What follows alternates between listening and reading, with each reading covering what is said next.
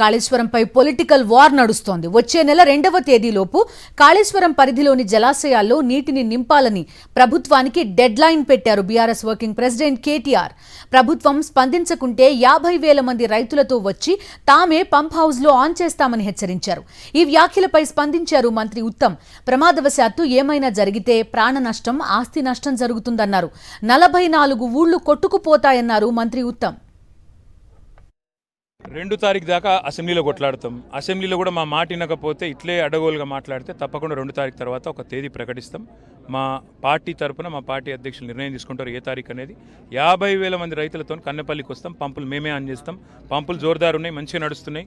వాటిని just button ఒత్తితే చాలు 2 టీఎంసీల నీళ్లు రోజుకు. ఆడికి మిడ్ మానేరు చేరితే మిడ్ మానేరుకి వెళ్ళి ఎస్ఆర్ఎస్పీకి ఇవ్వచ్చు, నిజాం సాగర్కి ఇవ్వచ్చు, మల్లన్న సాగర్ పంపించచ్చు.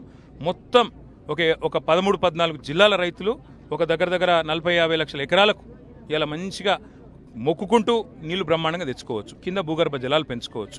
ప్రభుత్వం దయచేసి ఉదారంగా బేసిజన్ లేకుండా వ్యవహరించాలని మేము కోరుతాం.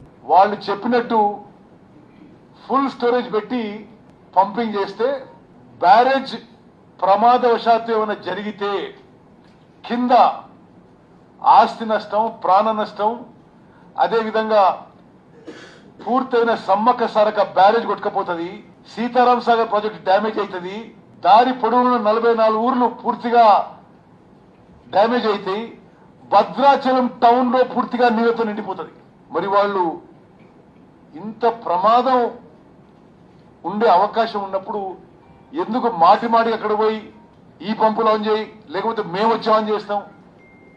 అసలు నాశనం చేసింది మీరే. ఇప్పుడు మీరికెళ్ళి మీరు పంపులు ఎందుకు ఆన్ చేస్తలేరు, మేమే ఆన్ చేస్తాం అంటారు.